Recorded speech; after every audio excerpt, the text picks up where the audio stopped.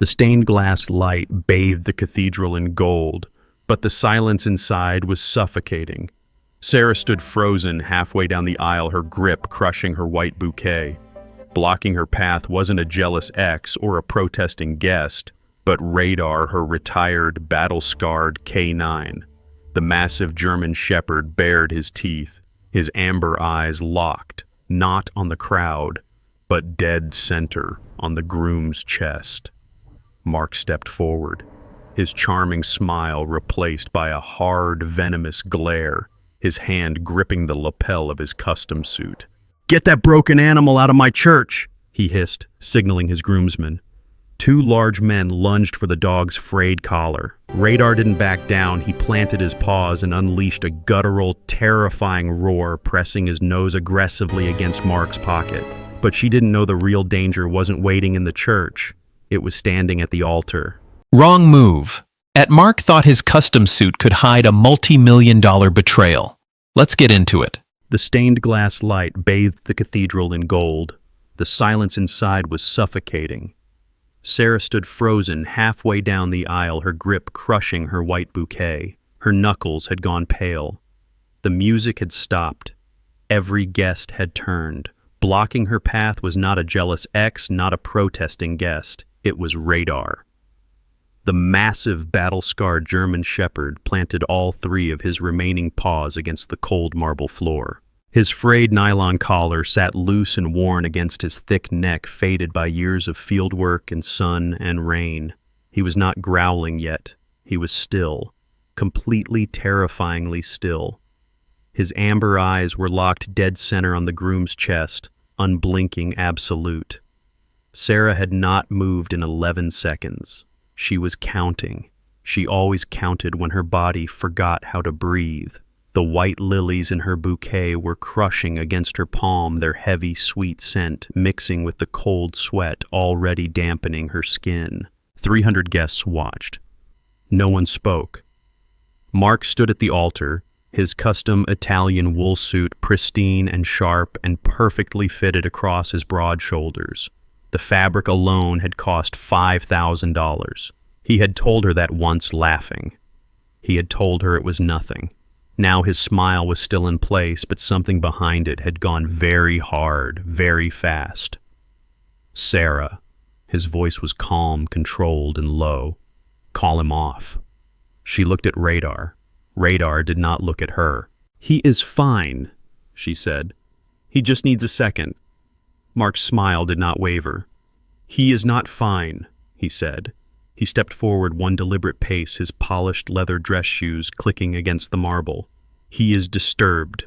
This environment, the crowd, the noise, it is triggering him. You know how he gets." Radar's ears flattened. Sarah took one step toward the dog. "Radar, easy." The shepherd did not move. His nose dropped 2 inches lower, pressing toward Mark's chest, toward the left side of his jacket, toward the thick, unnatural bulge of the inner pocket. His nostrils flared slow and precise and mechanical. Sarah had seen that movement before. Not here. Not in a church. She had seen it in a field 3 years ago, when Radar had been a working dog, and the world had been an entirely different kind of dangerous. Mark's jaw tightened. His left hand moved. Just once, just briefly, his fingers pressed flat against the outer wool of his jacket against that pocket. He caught himself immediately. He dropped his hand. He laughed. 300 people are staring at us, he said. His voice was still measured, deliberate, fully controlled. "This is embarrassing, Sarah, for you. Not for me." She felt the heat rise in her chest. The cathedral smelled of lilies and melting candle wax and something older, something cold and stone deep. A child somewhere in the back pews had started to cry. The sound cut through the silence like a needle. 2 of the groomsmen, large men in matching dark suits, had shifted position at the altar steps. They were watching Mark, waiting. "He was a military dog," Sarah said. She addressed the room as much as him. "He served for 6 years. He has earned the right to take a moment. He has earned a retirement home, Mark said pleasantly. "Not a starring role in our wedding." Soft laughter from the right side of the pews. She felt it like a slap. Radar's stance shifted, not a retreat, an adjustment. His weight dropped lower, settling into the rigid, locked signal posture that Sarah's father had spent 30 years learning to read on duty. This was not anxiety. This was not a confused, aging animal overwhelmed by a crowd. This was an alert. A trained, deliberate military-grade alert aimed at a single specific target, the inner left pocket of Mark's $5,000 suit. "Get that broken animal out of my church." Mark's charm had slipped. Just for a second, just one cold, hard second, his voice had dropped below pleasant. His eyes had gone flat. Then the smile returned easy and warm and practiced as if the words had belonged to someone else. The two groomsmen descended the altar steps. Sarah's hand shot out. "Do not touch him." The men stopped. They looked at Mark. Mark, still smiling, tilted his head the smallest possible amount. A signal. They moved again. Radar unleashed a sound that had no place in a wedding. It was deep and guttural and ancient. A sound built not for intimidation but for warning, the kind of warning that made trained soldiers freeze and reconsider. Both groomsmen stopped again. One of them stepped back. Mark's smile was gone. His hand had found the lapel of his jacket, gripping it. His knuckles were pale now, too. Beneath the carefully pressed collar of his dress shirt, just below his jaw, a single drop of sweat had appeared. Sarah watched it slide. She was supposed to be looking at the man she loved. She was supposed to be thinking about vows and futures and the rest of her life beginning on this marble floor in this cathedral light. Instead, she was watching a drop of sweat trace the line of her fiancé's neck, and she was thinking about Radar's nose and the pocket and the weight of the thing hidden inside it. She had not asked what was in that pocket. She had not thought to ask. She had been busy with flowers and dresses and seating charts and the 1,000 small urgencies that had filled the last 48 hours, and Mark had been helpful and present and calm, and she had not asked. She was asking now, without words. She was asking with her eyes and her silence and the stillness of her feet on the cold marble. Mark's forced laugh returned smooth and thin. "Sarah, this is insane. Choose." Radar pressed his nose harder against the pocket, and the drop of sweat continued its slow, steady descent. 48 hours earlier, the kitchen had been warm. It had smelled of fresh coffee and buttered toast and the particular kind of quiet that only exists before everything goes wrong. Sarah had been sitting at the table in her robe, her hair loose, her feet bare against the tile. Mark had been standing at the counter, his gold watch catching the morning light with every small movement of his wrist. Radar had been lying near the hallway, not asleep, watching. "I spoke to your father's attorney this morning," Mark said. He set his coffee down and turned to face her, easy and unhurried, the way he always moved when he had already decided how a conversation would end. "There are a few accounts that need consolidating before the wedding. Standard procedure. It just makes things cleaner going forward." Sarah looked up from her mug. "Which accounts?" "The family business holdings, the operating reserve, a few of the smaller funds." He smiled and sat down across from her. "Nothing complicated. I have already drafted the transfer authorization. It just needs your signature." She pulled the document toward her. It was 3 pages dense and formal, full of language she recognized in shape, but not in substance. "I should probably have my father look at this first." "Of course," Mark said smoothly. "But he is flying in this afternoon, and the deadline for the transfer window is this morning. It is a banking thing. If we miss it, we wait another 30 days, and that creates a tax complication I would rather avoid for us." He reached across the table and covered her hand with his. "I have handled all of this, Sarah. That is the point. You do not have to think about it." She looked at his hand over hers. It was a warm hand, a steady hand. She signed. Mark picked up the pen before she had finished the last letter. He capped it with a single sharp click of his heavy gold watch against the table edge, a sound that rang out clean and hard and final in the quiet kitchen. He folded the documents with practiced efficiency and slid them into his briefcase, which was sitting open on the chair beside him. He closed the latch. He smiled. Radar stood up. It was not dramatic. The old shepherd simply rose from his position near the hallway and walked across the kitchen floor, his one remaining rear leg and his two front paws moving in the careful, asymmetrical rhythm he had developed since the injury. He stopped beside the briefcase. His nose went down, slow, deliberate. His nostrils worked the seam of the leather with the methodical precision of something trained, calibrated, and entirely certain of what it was searching for. "Radar." Sarah's voice was gentle. "Come here, boy." He did not come. Mark's smile held. "He does not like the leather," he said. "Some dogs are strange about smells." Radar's nose traced the full perimeter of the briefcase latch. Then he sat, perfectly still, alert posture, rigid spine lowered, head-nose pointed directly at the case. The same posture Sarah had seen on training videos from his service years. The posture that meant here. Right here. I have found it. Right here. "Radar." She used a firmer tone this time. He turned and looked at her. His amber eyes were calm, patient, and completely serious. He looked at her the way he always had, when she had been slow to understand something important. Then he turned back to the briefcase. Mark stood. "He probably needs to go outside," he said. He picked up the briefcase from the chair with one smooth motion and moved it to the hallway closet, placing it on the upper shelf out of reach. He closed the closet door. He turned back to the kitchen with the relaxed, pleasant expression of a man who had simply tidied a room. Radar stared at the closet door. He stared at it for a long time. Later that morning, Mark had taken 3 separate phone calls in the guest bedroom with the door closed.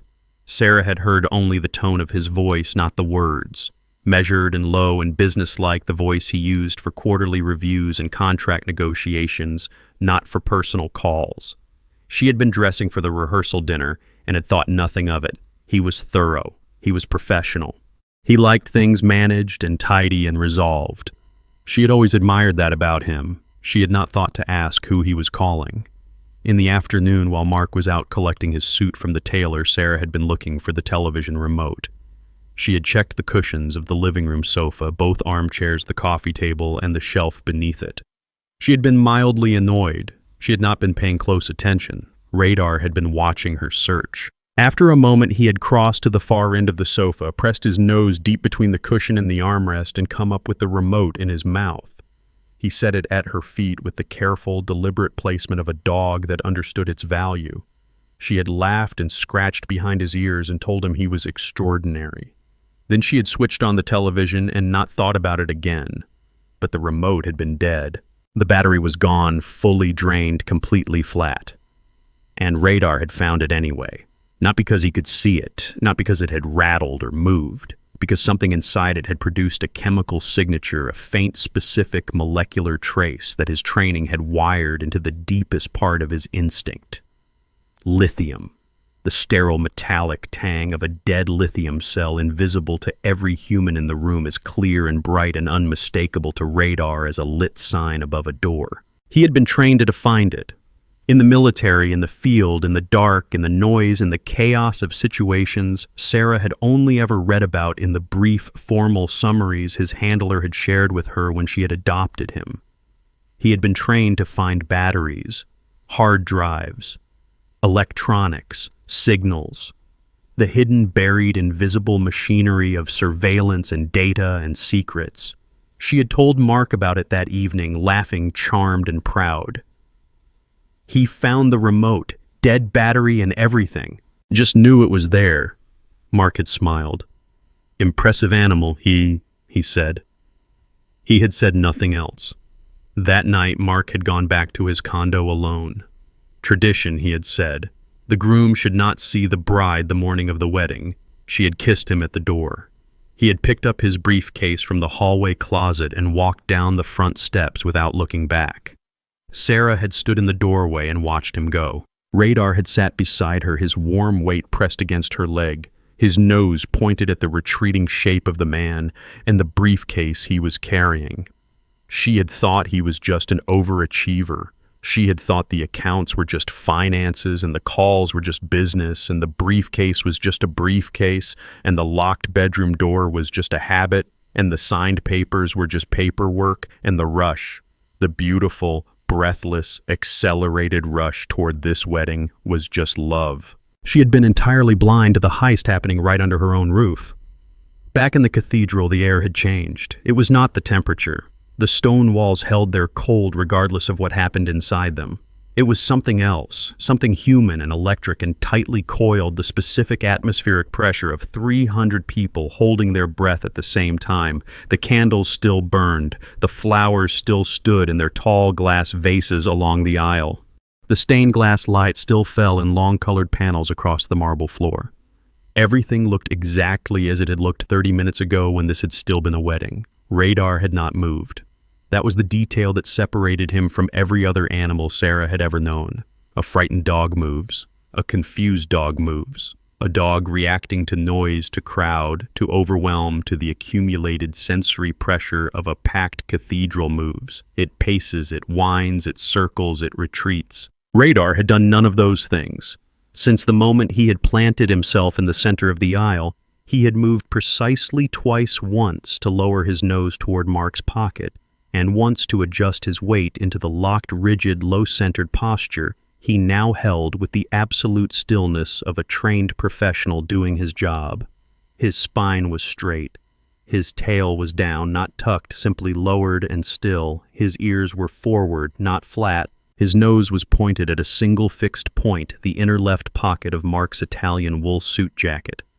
His amber eyes had not shifted to the crowd, to the noise, to Sarah's voice, to the groomsmen, to anything except that pocket.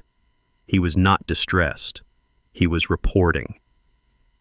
From the front pew on the left side of the aisle, Detective John had been still for the last 4 minutes. He was a large man, broad through the shoulders, with the particular posture of someone who had spent decades learning to look relaxed in rooms where he was not. He wore a dark suit that fit him well but not expensively. His hands rested on his knees. His face was calm arranged and completely unreadable to anyone who did not know him well. Sarah knew him very well. He was her father. She could see from her position halfway down the aisle that his eyes were not on Radar's face. They were not on the crowd. They were not on her. They were on Mark's hands, specifically on Mark's fingers. Mark's left hand was at his side. The fingers were not still. They moved in the smallest possible way, a microscopic, almost imperceptible tremor, the kind of movement that only registers to someone trained to watch for it. Not emotion, not nerves in the ordinary sense. The precise, involuntary micro-movement of a hand that wants very badly to check something and has been ordered by the brain above it not to. Detective John's own hands had not moved from his knees. But Sarah noticed in the particular way she had always noticed things about her father in high-pressure moments that his right hand had shifted its position. Just slightly, just enough. His fingers now rested closer to his belt, not on it, not reaching, but adjacent, present, available. He had recognized the posture. 31 years on the force had given him a specific, unromantic familiarity with canine alert behavior. He had worked alongside dogs in the field. He had stood in rooms very much like this one in terms of tension, if not decor, and watched trained animals identify targets with a precision that made human investigation look slow and approximate. He knew the difference between a dog reacting and a dog reporting. He knew what the lowered spine meant. He knew what the fixed nose meant. He knew what the absolute professional stillness of a retired military working dog meant when it was aimed at a specific object on a specific person. He stood up. It was not a dramatic movement. He rose the way he did everything in the field, quietly, without announcement. with the unhurried deliberateness of a man who had made his decision 3 steps ago and was only now letting his body catch up. He stepped out of the pew and into the edge of the aisle. He did not move toward Radar. He did not move toward Mark. He simply stood squarely and solidly in a position that gave him a clear sight line to both. Mark noticed immediately. The smile adjusted. Not disappeared, adjusted. A fractional recalibration practiced, and fast, the smile of a man who has just registered a new variable and is already integrating it. "John," he said warmly, "come on, help me out here. Tell your daughter to call this dog off so we can get married." Detective John looked at him for a long moment. His expression did not change. "What is in your pocket, Mark?" he said. The question was quiet. It was conversational.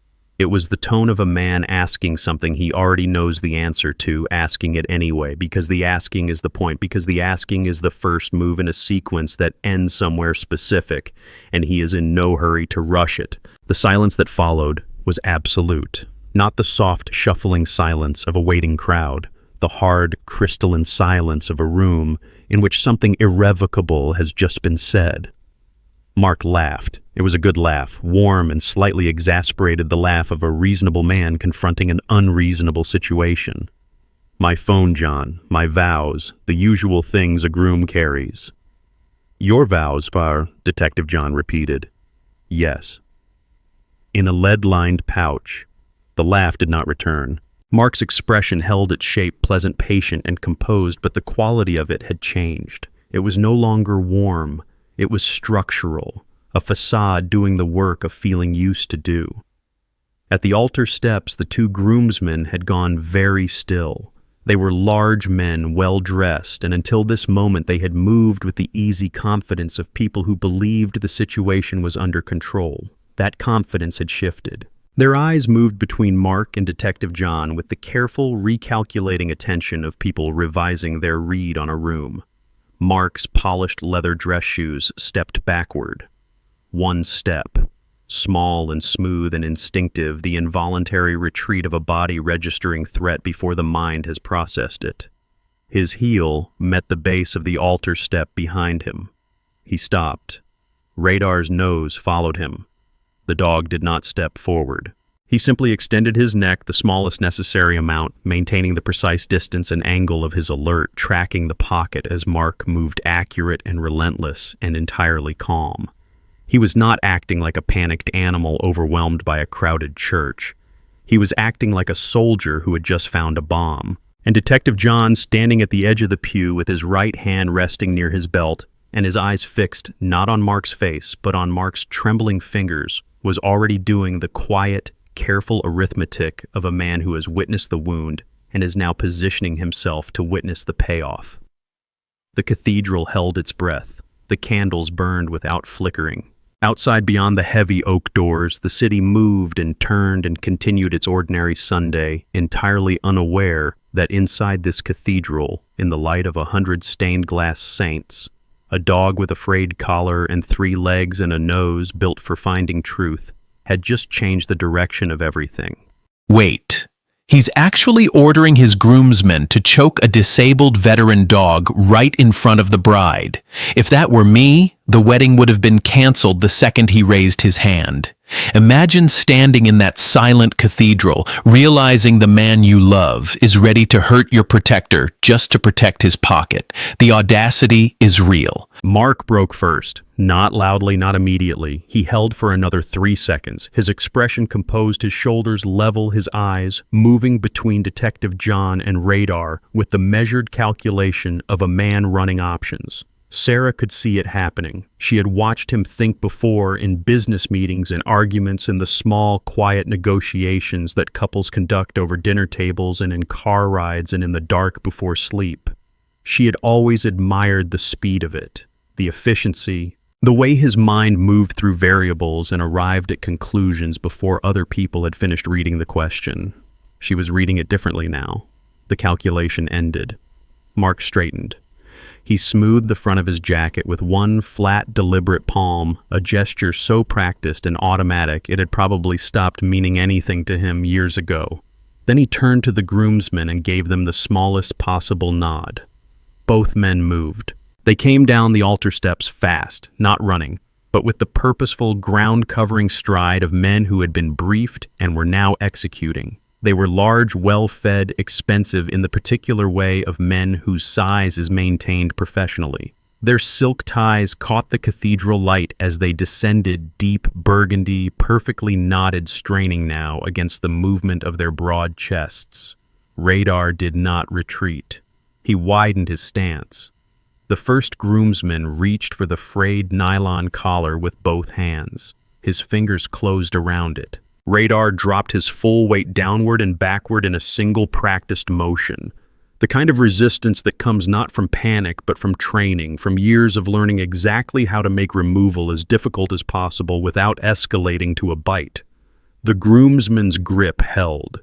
The collar bit into the fur and muscle of Radar's neck, tight and rough and without any of the care the old dog had earned. The sound it produced was small, a choked, compressed rasp, air cut short. Sarah heard it from 15 feet away. Something changed in her face. Anyone watching closely enough would have seen it.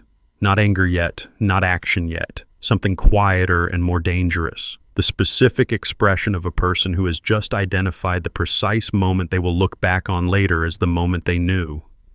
Mark did not look at Radar. He looked at Sarah. "Choose," he said. His voice was still controlled, deliberate, and stripped now of its warmth. Underneath the charm and the patience and the practiced pleasantness, something older and harder had surfaced. Right now in front of everyone, him or me, the dog or your husband, choose. 300 guests absorbed this in complete silence. "You are doing this here," Sarah said. It was not a question. "You made it happen here," Mark said. "You brought him. You knew how I felt about the animal. You knew, and you brought him anyway. And now we are standing in front of our families and our friends and our priest, and your dog is making a scene, and I am asking you very clearly to make a decision." His voice had not risen. That was the part that reached the back pews. The cold, flat, absolute control of it. The absence of doubt. The total, unbothered certainty of a man who has never genuinely considered the possibility that the answer might not go his way. The second groomsman had joined the first. Together they hauled backward, dragging Radar down the aisle by his collar in a slow, ugly, grinding retreat. The dog's front paws scrabbled against the cold marble, his claws catching and slipping in the shallow gaps between the stones. The sound was harsh and rhythmic, and wrong for a cathedral, wrong for a Sunday, wrong for a room full of flowers and candlelight and people in their best clothes. Sarah took one step forward. "Stop," she said. "Sarah." Mark's voice carried the patient, careful tone of someone correcting a child in public. "Do not make this worse. You are choking him. He is a dog. He is a decorated veteran with a service record longer than your investment portfolio." Her voice was steady. She had not planned the words. They arrived fully formed, clean and certain. "And you are strangling him in a church because he found something in your pocket that you do not want anyone to see." The silence that followed this was different from the silence before. Before the crowd had been waiting. Now they were listening. There is a distinction. Waiting is passive. Listening leans forward.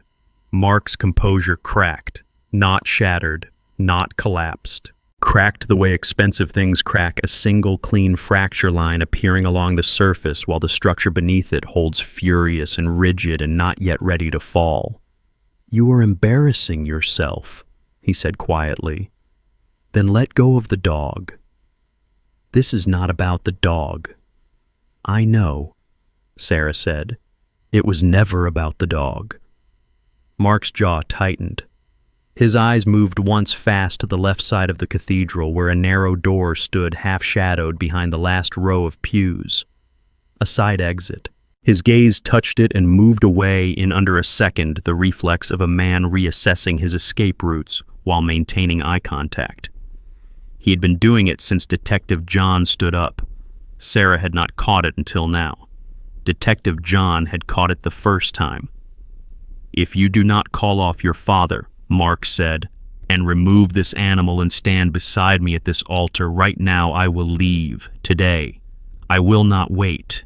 I have arrangements in place and I will use them and you will not see me again. Do you understand what I am telling you?" He said it with the confidence of a threat that has been prepared in advance. Specific, structured, and loaded with implications that sat just below the explicit surface. Arrangements. He had used that word deliberately. He wanted her to feel the weight of it without being able to name it precisely. He wanted her afraid of a shape she could not quite see. She had lived with that feeling for months. She recognized it now as architecture, deliberately built, carefully maintained, a structure designed to keep her standing in a specific place, looking in a specific direction, seeing only what he had arranged for her to see. She looked at radar. The two groomsmen had dragged him 8 feet back down the aisle. His collar was tight enough that each breath he pulled was audible. His claws had left faint parallel scratches along the marble, thin, pale lines and the pale stone barely visible, the evidence of resistance. He had not bitten either man. He had not snapped or lunged. He had simply refused with every ounce of his aging, battle-worn, 3-legged body to be moved without a fight. He turned his head and found her eyes. His amber gaze was clear, patient, and completely unafraid. She had trusted that gaze for 3 years. Through her father's hospitalization, through the dissolution of her first business partnership, through the long, difficult, quiet stretches of rebuilding that nobody posts about, and nobody photographs, and nobody celebrates with flowers and a cathedral full of guests. She had trusted it through all of that. She looked at the man at the altar. The pristine suit, the steady hands, the practiced smile now replaced by something cold and flat and functional. The gold watch, heavy on his wrist. The left pocket of his jacket thick and unnatural with its hidden contents. The drop of sweat had dried. His neck was dry now, composed. He had recovered his surface. But his fingers were moving again, that same microscopic tremor against the seam of his trousers, the involuntary signal of a mind working very hard to appear still. She looked at the man she was supposed to marry, and for the first time, without any softening, without any translation, without any of the quiet editorial work she had been doing for months to make his behavior fit, a story she could live with, she saw him. What she saw was not a groom. What she saw was a monster wearing a very expensive suit. The whispers started in the back pews first. They moved forward through the crowd the way whispers always do in enclosed spaces, row by row, soft and shapeless and unstoppable, carrying no single word clearly but transmitting the full emotional content of a situation gone irreparably wrong. Sarah heard them without hearing them. They registered as pressure rather than sound, the accumulated weight of 300 opinions forming in real time around a moment she was living from the inside. She was standing alone. That was the specific physical reality of it. Mark was at the altar, elevated, framed by candles and flowers, and the full architectural authority of the space. Detective John was at the edge of the pew, steady and watchful and present but 15 feet away. The priest had stepped back. The bridesmaids had clustered at the far side of the altar in a tight, uncertain group, their matching dresses a soft blur at the edge of Sarah's vision. No one had moved to her side. She was standing in the center of the aisle alone in a wedding dress, holding a bouquet she had forgotten she was holding. Behind her, radar was losing air. She could hear it. The sound was not dramatic. It was not a yelp or a cry. It was a series of compressed, effortful breaths, each one slightly shorter than the last, pulled through a throat that the groomsman's grip on the nylon collar was steadily narrowing. The rhythm of it was the worst part. Steady, mechanical. Patient in the way that suffering is sometimes patient when the thing causing it has no awareness of itself. Mark had stepped back to the altar. He stood between the 2 large candelabras with his hands clasped loosely in front of him. His jacket smooth, his expression settled into something Sarah had never had a name for, and now suddenly did. It was the expression of a man who has decided that what is happening is already over, who has already filed the outcome in his mind and is simply waiting for the external world to catch up. He thought he had won.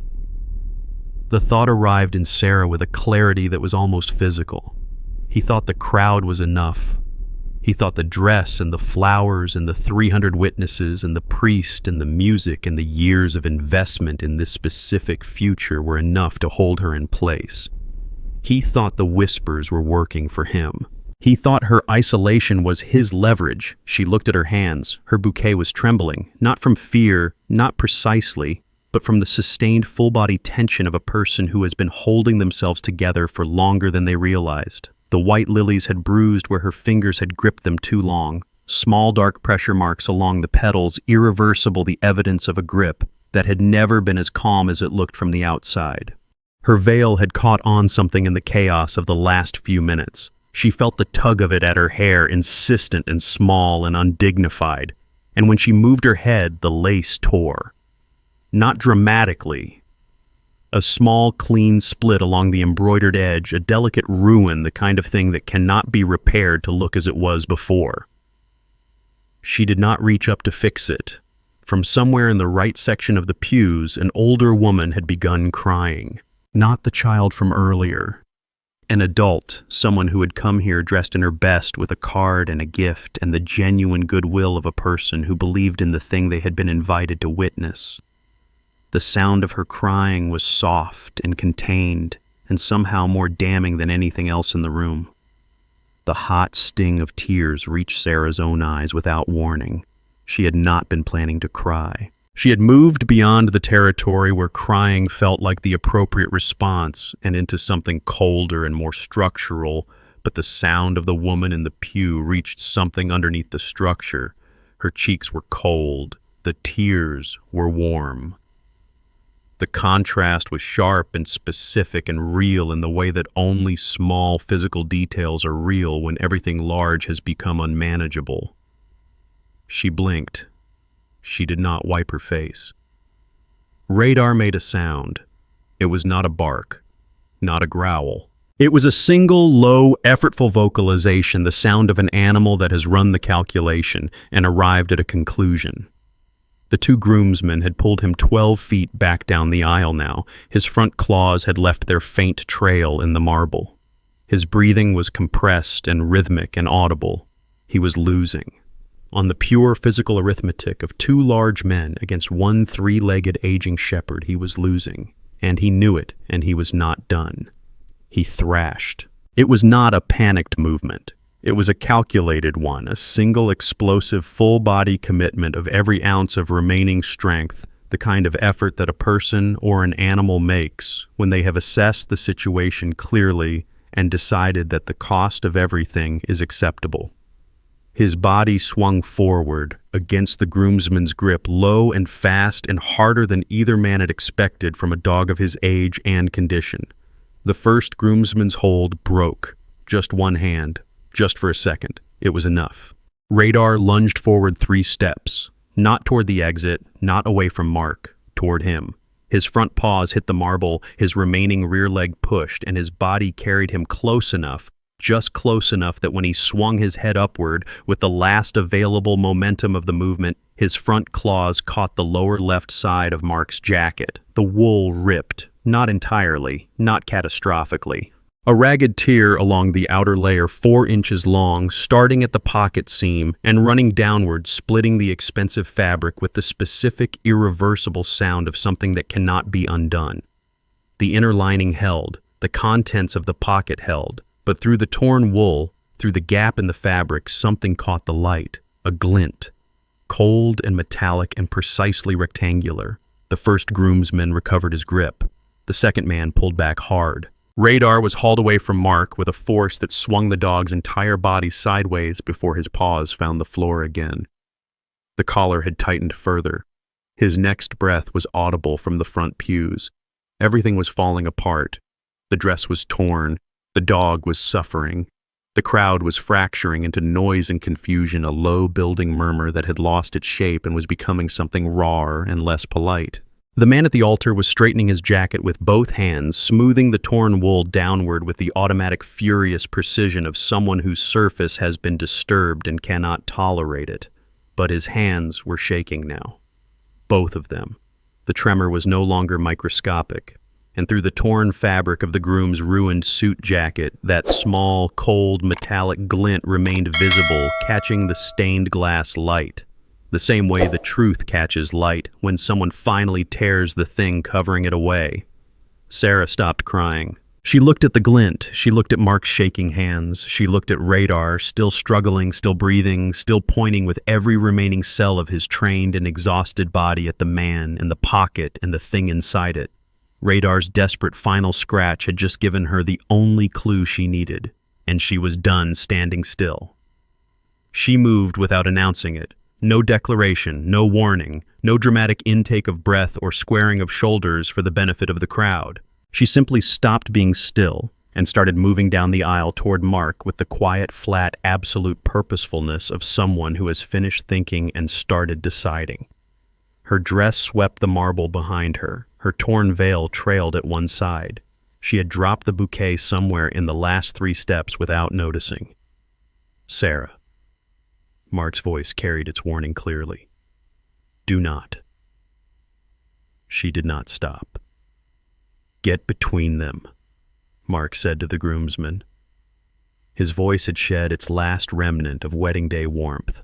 It was operational, now stripped and functional, the voice of a man accustomed to giving instructions and having them followed.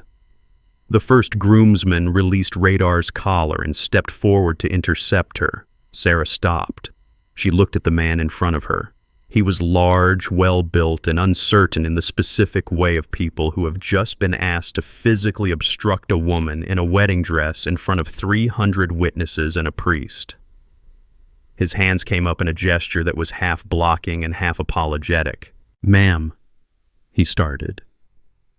Step aside, she said. Her voice was soft. That was the thing that moved him. Not volume, not force. The complete undecorated absence of doubt in it.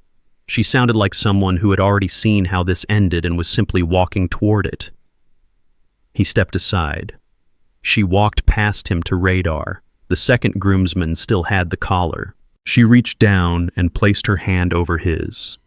Not grabbing, not pulling, simply covering his hand with hers, with a pressure that was quiet and immovable and entirely clear about what it was asking. He let go. Radar's breathing changed immediately deeper and rougher now that the compression had released the sound of a body reclaiming what it needed. She put her hand on the dog's back. He was trembling, not from fear, from effort, from the sustained, concentrated expenditure of everything he had held and maintained and pushed to its last edge. Beneath her palm, his muscles were tight and hot and slowly, incrementally beginning to release. Good boy, she said quietly. I have you. She straightened. She turned to face Mark.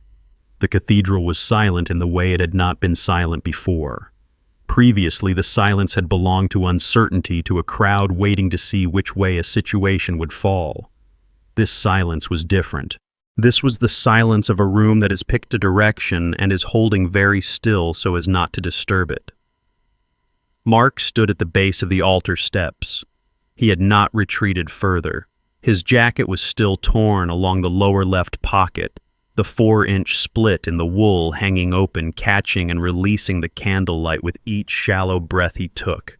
His hands were at his sides. The tremor in his fingers had stopped. He had controlled it, compressed it back beneath the surface, and what remained was very still and very cold and not quite human in its stillness. Empty your pocket, Sarah said. This is not the place. Empty your pocket, Mark. Sarah. He said her name with the patient, measured precision of someone deploying it as a tool. You are upset. You are overwhelmed. This has been a difficult morning and you are not thinking clearly. What you are doing right now will embarrass you for the rest of your life. I am asking you one final time to stop. She looked at him for a moment. She looked at him the way you look at something you are memorizing, not because you want to keep it, but because you want to be certain you never misread it again. Then she reached forward and put her hand into the torn pocket herself. The room inhaled. Her fingers found the lead-lined pouch immediately. It was heavier than it looked. Dense and cold and serious, the weight of something engineered rather than assembled, built to block signals, to prevent detection, to render its contents invisible to every scanning and sensing technology available at the door of a church or an airport or a courthouse. Her fingers closed around it. She pulled it out. Mark's hand shot toward her wrist. John. Her voice did not rise. She said the name once flat and clear and aimed precisely at the front pew. Detective John was already moving. He had been moving since she reached into the pocket, crossing the distance between the pew and the altar with the unhurried, ground-covering stride of a man who has been waiting for his moment and recognizes it without hesitation. He placed himself between Sarah and Mark with a single economical step. His body angled slightly forward, his right hand no longer resting near his belt, but settled on it, present and unambiguous. Mark's hand stopped. Sarah opened the pouch. Inside, sitting against the lead-lined interior with the smug, ordinary solidity of objects that do not know they are about to end someone, were two items. The first was a burner phone, cheap, prepaid its screen dark. The second was a cold storage cryptocurrency drive, small and rectangular and matte black, the kind of hardware wallet used to hold digital assets in encrypted, offline, unrecoverable isolation. Together, they were smaller than a paperback novel. Together, they represented in their modest, ugly functional reality the entire machinery of what Mark had built over the past 8 months beneath the surface of their relationship. Sarah held them in her open palm and looked at them for a long time. The cold weight of the drive was specific and real in her hand. It had a particular density, heavy for its size, the way things are heavy when they are full of something compressed. Her palm was trembling. Not her arm, not her shoulder, just the fine muscles of her hand, the ones that cannot be controlled when the body has absorbed more than a certain amount at once. 300 guests looked at what she was holding. The silence had a texture now. It pressed against the inside of the cathedral walls the way silence does when it has become the loudest thing in a room. "It is nothing," Mark said. His voice was steady, impressively architecturally steady. "It is a private device, personal assets. You are holding my personal financial hardware in front of 300 people, and when this is over, when you have calmed down, you will understand that you have made a significant mistake. What is on the drive, Mark? That is private. What is on the drive?" He said nothing. Detective John spoke. "We can answer that question formally," he said, "if you would prefer." He said it the way he said everything in rooms like this one, without decoration, without emphasis, without any of the theatrical weight that civilians unconsciously add to serious statements. Just clean, flat, jurisdictional fact. Mark's eyes moved. Left, fast, to the narrow side door behind the last pew, half-shadowed, slightly ajar, the exit he had located and calculated and kept available since the moment Detective John had stood up from his seat. The look lasted less than a second. He pulled his gaze back. He arranged his expression, but Detective John had already seen it. The first time and the second time and every time in between. He had been watching those eyes since the dog planted itself in the aisle. He had been reading them the way he read everything quietly, accurately, and without announcing his conclusions until the conclusions were useful. He had positioned himself without apparent intention 4 feet to the left of the side door since the moment he had stepped out of his pew. The door was behind him now. Mark's arithmetic on that particular exit had been running on outdated information for the last 6 minutes. Radar pressed his nose against Sarah's leg. She looked down at him. His breathing had steadied. His amber eyes were calm, patient, and directed upward at her face with the complete, uncomplicated attention of an animal that has done its job and is now simply present. The frayed nylon collar sat loose and warm against his neck, worn soft by years, carrying the specific texture of something that has been through enough to have earned its fraying. She looked back at the drive in her hand. She thought about the kitchen table 48 hours ago. The signed papers. The efficient click of the briefcase latch. The closed bedroom door and the low, businesslike voice behind it, the morning phone calls, the rushed timeline, the beautiful, breathless urgency of a man who needed everything completed before anyone thought to look too closely. She thought about Radar staring at the briefcase, at the closet door, at the retreating shape of a man carrying the evidence of what he was. He had not been wrong, not once, not for a single moment of the 8 months she had spent explaining his behavior to herself in Mark's favor. He forgot one crucial detail, she said. She was not speaking to Mark. She was not speaking to the room. She was speaking to herself quietly, the way you speak when you are finally saying something you have known for longer than you admitted. She closed her fingers around the drive. Radar was built to find the truth.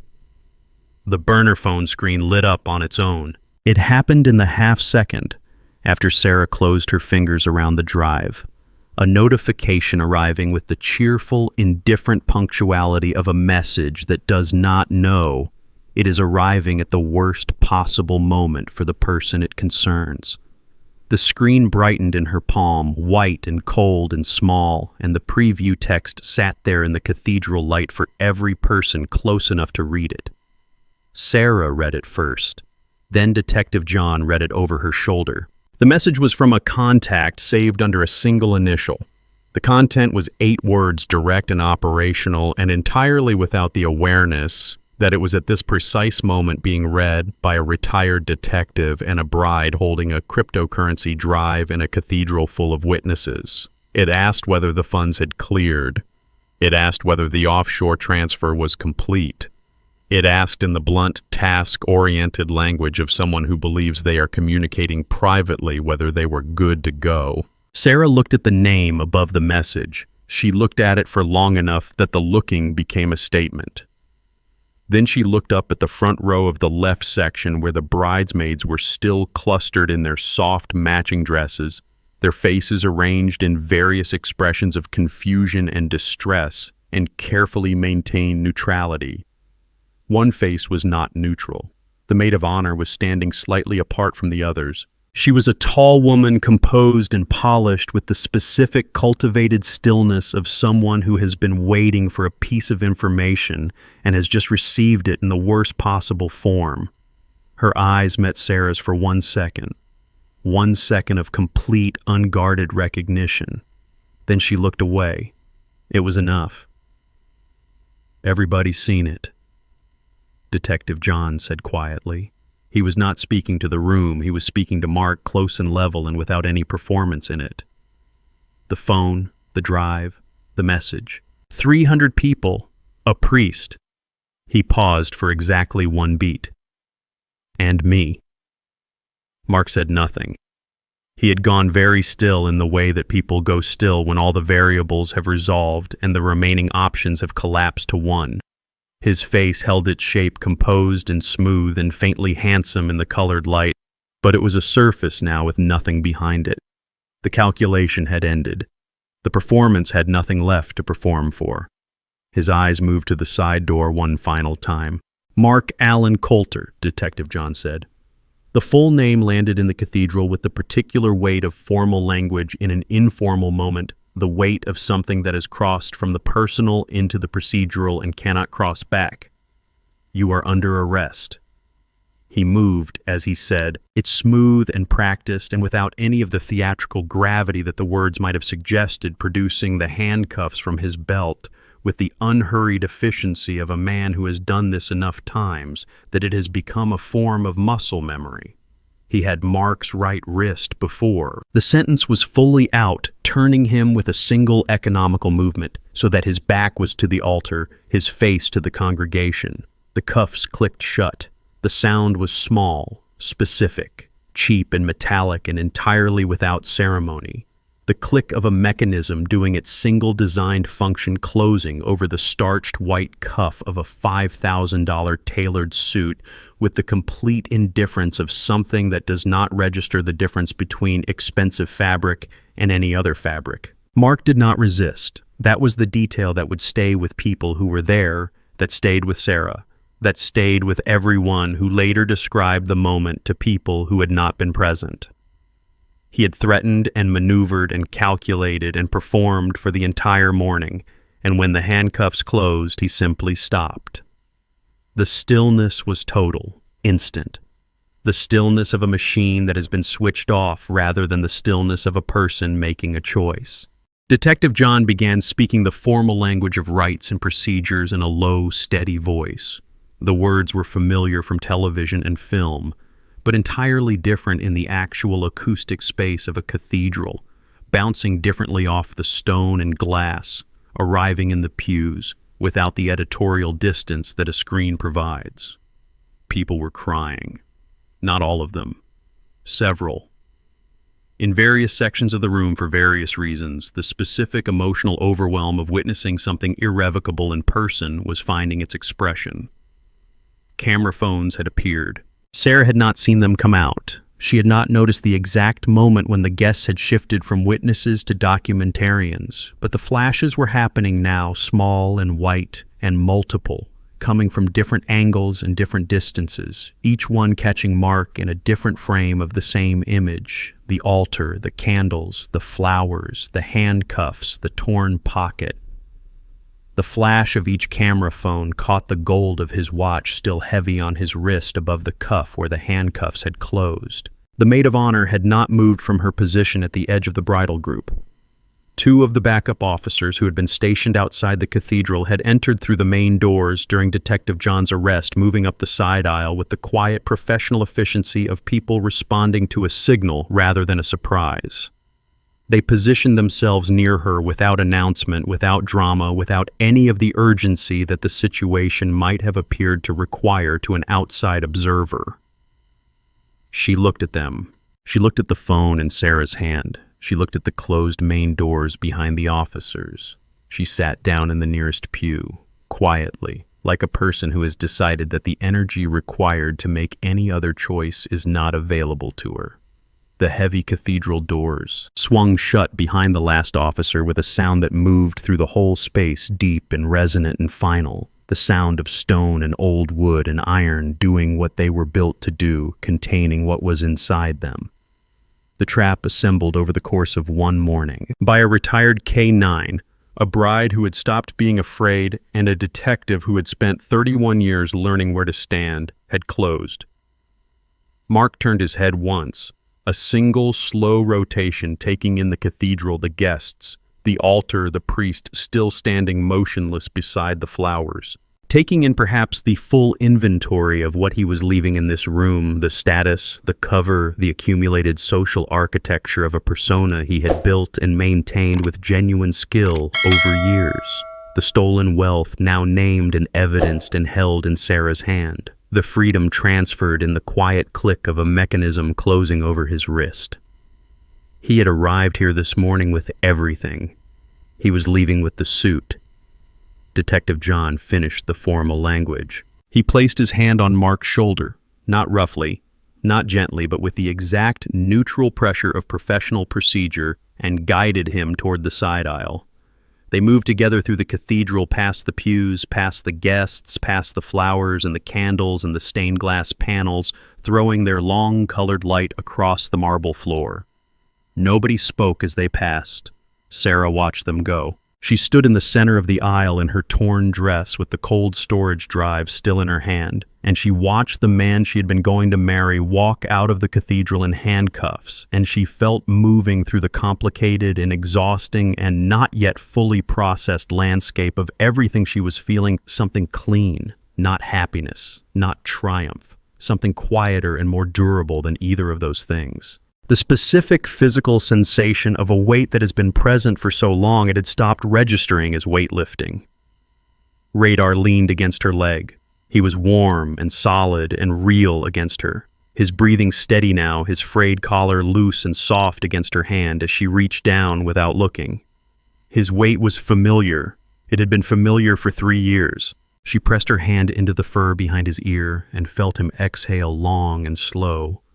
The exhale of an animal that has completed its work and is now simply and completely at rest. The stained glass light bathed the cathedral in gold. 300 people sat in absolute silence, and in the silence, and in the gold, and in the warmth of the dog against her leg, Sarah stood. Still, breathing, present. Not at the beginning of the life she had planned this morning, but at the beginning of something she had not planned and could not yet name, which felt in this moment like exactly the right place to be standing. The silence this time belonged to her. Fiction. But that feeling of ultimate betrayal by someone you trusted blindly. It hits deep. Drop a comment below. Would you have trusted the dog over the groom? If this hit you, share it. Simple.